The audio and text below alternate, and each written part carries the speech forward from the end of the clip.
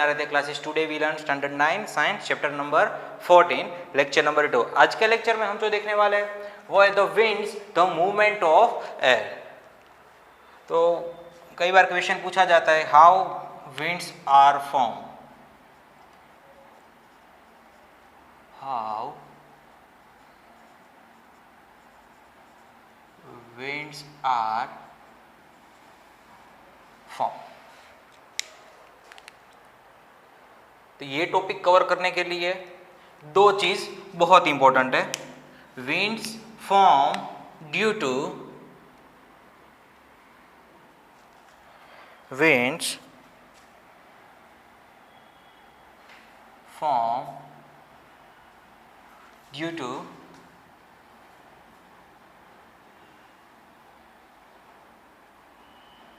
heating of air and water vapor। ये दो causes ऐसे हैं जो विंड्स को क्या करते हैं, फॉर्म करते हैं। बात करते हैं सोलर रेडिएशन की।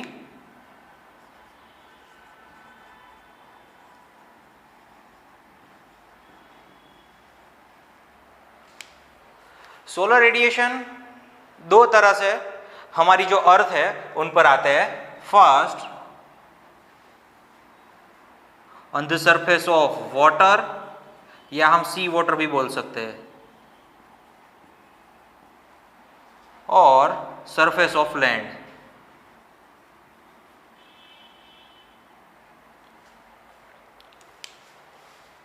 जब ये वाटर पे सोलर रेडिएशन अप्लाई होती है तो वाटर कुछ रेडिएशन को क्या करता है, एब्सॉर्ब, और कुछ रेडिएशन ऐसे होता है उसको रिफ्लेक्ट करता है। इसी तरह से लैंड भी कुछ रेडिएशन को एब्सॉर्ब करती है और कुछ रेडिएशन को रिफ्लेक्ट करती है। ये ऐसा कंसेप्ट है कि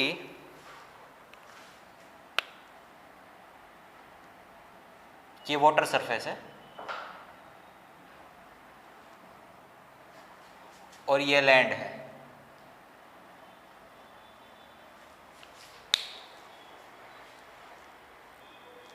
जब कोई सोलर रेडिएशन वाटर की सरफेस पे आता है तब कुछ रेडिएशन एब्सॉर्ब होता है और कुछ रेडिएशन रिफ्लेक्ट होता है। तो सेम इसी हिसाब से ये सोलर रेडिएशन जब लैंड पे अप्लाई होता है तब लैंड में भी कुछ रेडिएशन एब्सॉर्ब होता है और कुछ रेडिएशन रिफ्लेक्ट होता है।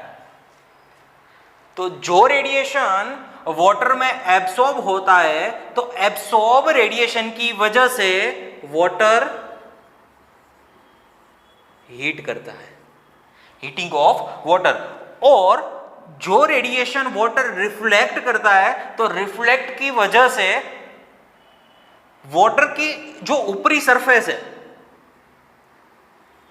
Air near to water, air near to water है वो क्या होती है, हीट होती है। मतलब सोलर रेडिएशन की वजह से वाटर भी हीट होता है और जो एयर वाटर के नजदीक है, नियर टू दी वाटर है, वो भी हीट होना स्टार्ट होता है। तो सेम इसी तरह से लैंड पर जो रेडिएशन एब्सॉर्ब होता है तो वो रेडिएशन की वजह से लैंड हीट होती है, और लैंड में जो भी रिफ्लेक्शन होता है सोलर रेडिएशन का तो रिफ्लेक्शन की वजह से air near to land cause heat. बहुत इजी कंसेप्ट है। सोलर रेडिएशन वाटर सरफेस पे पड़ता है, लैंड पे पड़ता है। जब वाटर सरफेस पे सोलर रेडिएशन आता है तब कुछ रेडिएशन का एब्सॉर्प्शन होता है, कुछ रेडिएशन का रिफ्लेक्शन होता है, वो मैंने आपको दिखाया। तो जो रेडिएशन का एब्सॉर्प्शन होता है तो एब्सॉर्प्शन की वजह से वाटर हीट होता है, और रिफ्लेक्शन की वजह से एयर नियर टू वाटर वो क्या करती है, हीट करती है, कॉज हीट। इसी तरह से जो रेडिएशन लैंड पे पड़ता है तो लैंड में पड़ने के बाद कुछ रेडिएशन एब्सॉर्ब होता है, कुछ रेडिएशन रिफ्लेक्ट होता है। जो रेडिएशन एब्सॉर्ब होता है तो एब्सॉर्ब लैंड की वजह से लैंड हीट करती है, और रिफ्लेक्टेड एरिया है तो रिफ्लेक्टेड एरिया की वजह से जो एयर नियर टू लैंड है, मतलब कि लैंड के आसपास जो भी एयर है वो क्या करना स्टार्ट करती है, वो हीट करना स्टार्ट करती है। मतलब कि सोलर रेडिएशन की वजह से वाटर भी हीट होगा, लैंड भी हीट होगा, एज वेल एज जो लैंड के नियर एयर है वो भी हीट होगी, और वाटर के नियर जो एयर है, एटमॉस्फेयर की एयर, वो भी हीट होगी। आपने एक्टिविटी नंबर 14.1 में देखा था। 14.1 में क्या सिखाया था मैंने आपको कि वाटर और लैंड दोनों में water heat slower then land. Activity तो हम लिख सकते हैं अकॉर्डिंग टू एक्टिविटी 14.1। ये बात बहुत इंपॉर्टेंट है, most important. Land heat and cool down faster. Land heat and cool down faster as water. मतलब वाटर की कंपेयर में जो हमारी लैंड है वो हीट भी जल्दी होती है और कूल भी जल्दी होती है। तो यही फंडा का यूज करके हम during the day and eight the night of the day जो विंड्स है उनकी डायरेक्शन फाइंड आउट करते हैं। सपोज ये है हमारा वाटर एरिया, ये है हमारा सी वाटर, और सी वाटर के पास है लैंड एरिया।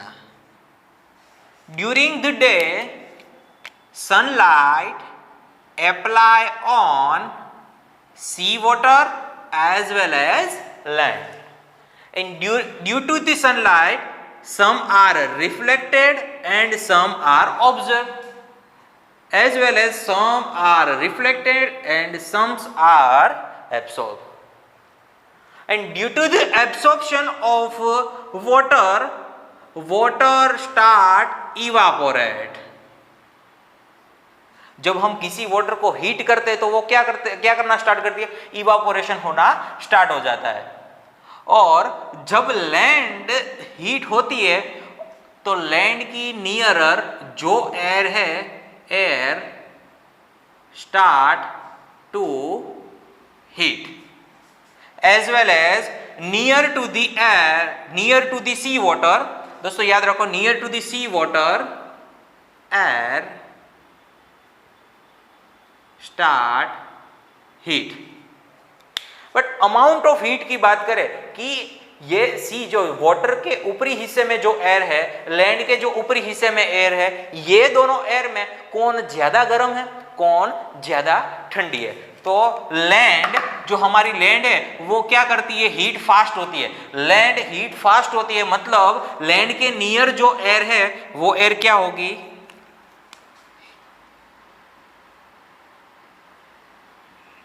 हीट और वार्म एयर। और near to the sea water this air क्या होगी, हीट तो होगी लेकिन slowly warm. This is warm air, this is cool air. More warm air is equal to low pressure.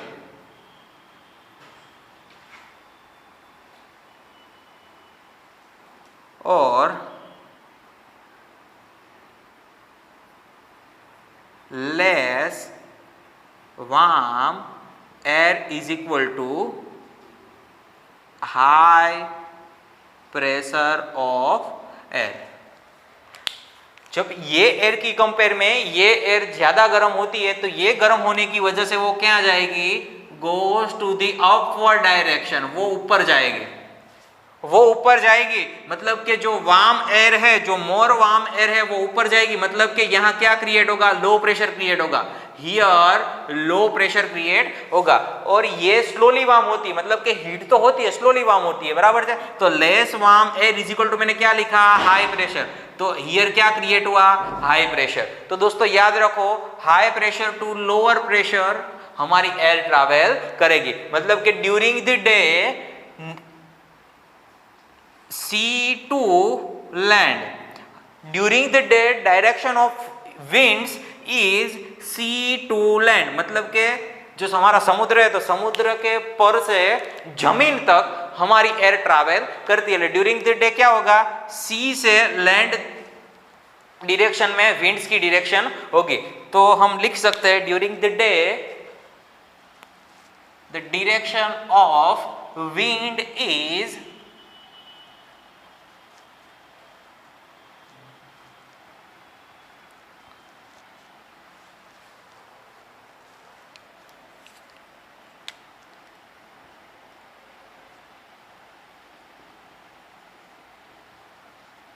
during the day the direction of winds are sea to water। चलो at night time की बात करते हैं। तो during the night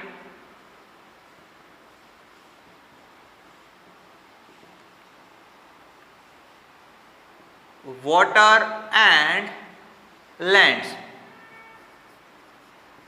both started to cool down। Night में क्या होता है, water and land both started to cool down, दोनों ठंडा पड़ना स्टार्ट होता है। But land cool down faster, land cool down faster as water। तो दोस्तों याद रखो कि जब नाइट में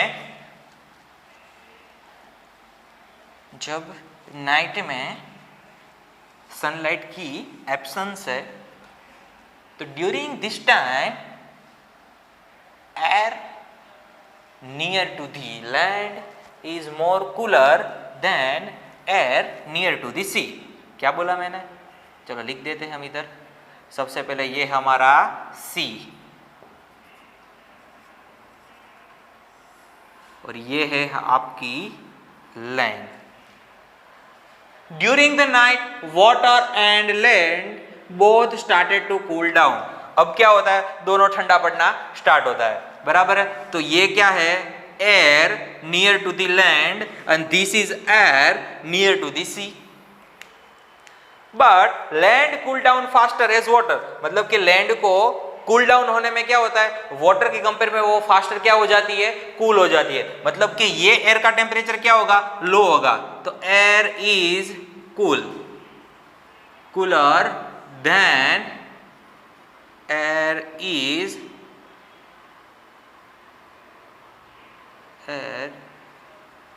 नियर टू सी, मतलब कि लैंड के जो नजदीक एयर है वो क्या होगी, कूल होगी।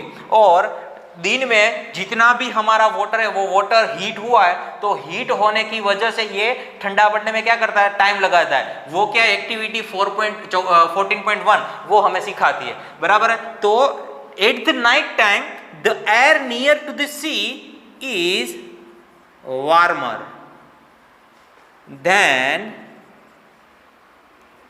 air near to land। ये एयर की कंपेयर में ये एयर क्या है, वार्म है, वो एयर हीट है, और ये एयर क्या है, कूल है। कूल मतलब हाई प्रेशर, और ये एयर वार्म है तो इसीलिए वो कहां जाएगी, वो ऊपर जाएगी। मतलब कि इधर क्या क्रिएट होगा, लो प्रेशर क्रिएट होगा, इधर हाई प्रेशर। तो according to diffusion high pressure to lower pressure, तो हम लिख सकते हैं during the night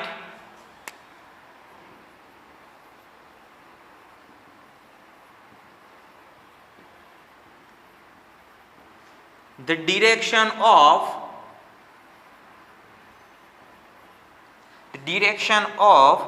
winds are land to sea water. During the day, winds direction of wind sea to water, and during the night direction of air is land to sea. मतलब कि during the day and during the night दोनों direction क्या है, totally change है. यही सीखने के लिए एक्टिविटी 14.2 भी दी गई है आपको कि आपको क्या करना है. सिंपली एक बीकर लेना है, बीकर में आपको एक मोमबत्ती जलानी है, और मोमबत्ती जलाने की वजह से क्या होगा कि जो आसपास ये एयर है वो एयर क्या हो जाएगी, वार्म हो जाएगी. बराबर है. तो वार्म होने की वजह से इधर क्या इनटू द बीकर क्या क्रिएट होगा, लो प्रेशर क्रिएट होगा. जब आप किसी भी जलती हुई अगरबत्ती को आप ये बीकर की नजदीक लाओगे तो ये धुआं है ना, ये धुआं कौन से प्रेशर में, तो धुआं हाई प्रेशर में. मतलब कि ये धुआं है, मतलब कि उनका जो टेम्परेचर है वो लो है, इसीलिए low temperature is equal to high pressure, high temperature is equal to low pressure. तो हाई प्रेशर की डायरेक्शन से लो प्रेशर तक धुआं क्या होगा, एंटर होगा. तो जब आप बीकर में मोमबत्ती जलाते हो और जली हुई इंसेंस को आप जब नजदीक ले जाते हो तो क्या होता है, ये धुआं near to the beaker movement दिखाता है. मतलब कूल एयर से वो वार्म एयर में घुसने की कोशिश करता है.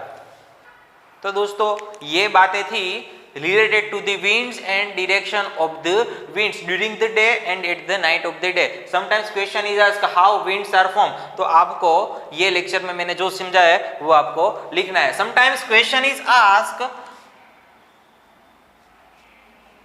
discuss the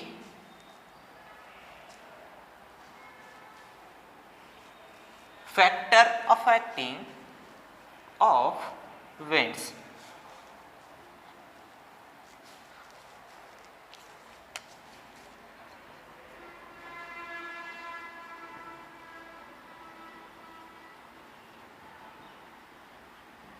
factor affecting of winds. कौन से फैक्टर है जो विंड्स की मूवमेंट में अल्टर करता है, जो अफेक्ट करता है. तो जो फर्स्ट है direction of winds, first affecting factor is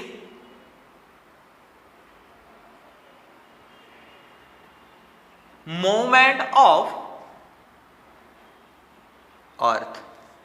earth जो रोटेशन दिखाती है, मूवमेंट भी बोल सकते हैं हम, रोटेशन भी बोल सकते हैं. दूसरा फैक्टर है